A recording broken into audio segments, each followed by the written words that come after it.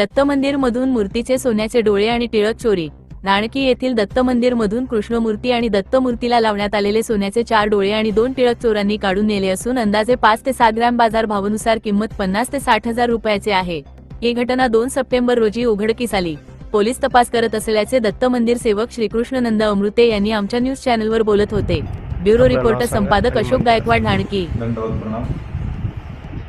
धानकीमधील टेंबेश्वर नगर या ठिकाणी श्री क्षेत्र दत्त संस्थान टेंबेश्वर या नावाने हे मंदिर आहे।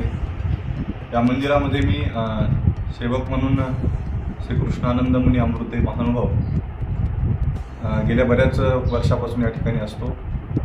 या ठिकाणी एक 2 दिवसापूर्वी श्रीकृष्ण मूर्तीचे आणि श्री दत्त मूर्तीचे डोळे टिळे चोरीला गेल्याची घटना लक्षात आली।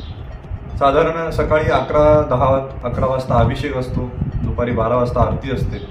त्या दोन्ही पूजेच्या वेळी हे सर्व वस्तू मूर्तीला होत्या, परंतु संध्याकाळी जेव्हा 7 वाजता पूजा करण्यासाठी मंदिरात गेल्यानंतर लक्षात आलं की टिळे आणि डोळे मूर्तीला दिसत नाही।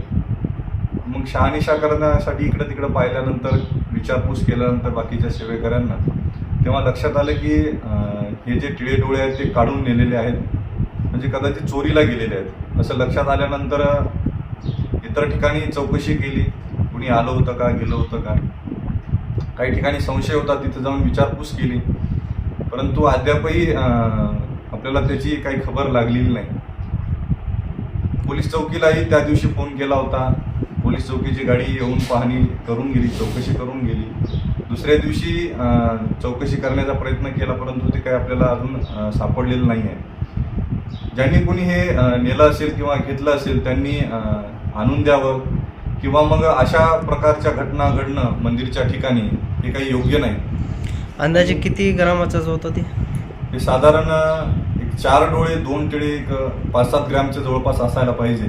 अंदाजे रक्कम आताच्या रकमेनुसार साधारण 60-70 हजाराच्या जवळपास ही रक्कम आहे। म्हणजे एक 2-3 वर्षापूर्वीच ते मूर्तीला आम्ही बसवलं होतं, कारण की इथली सुरक्षितता पाहून किंवा इथलं वातावरण पाहून ते आम्ही टिळे डोळे मूर्तीला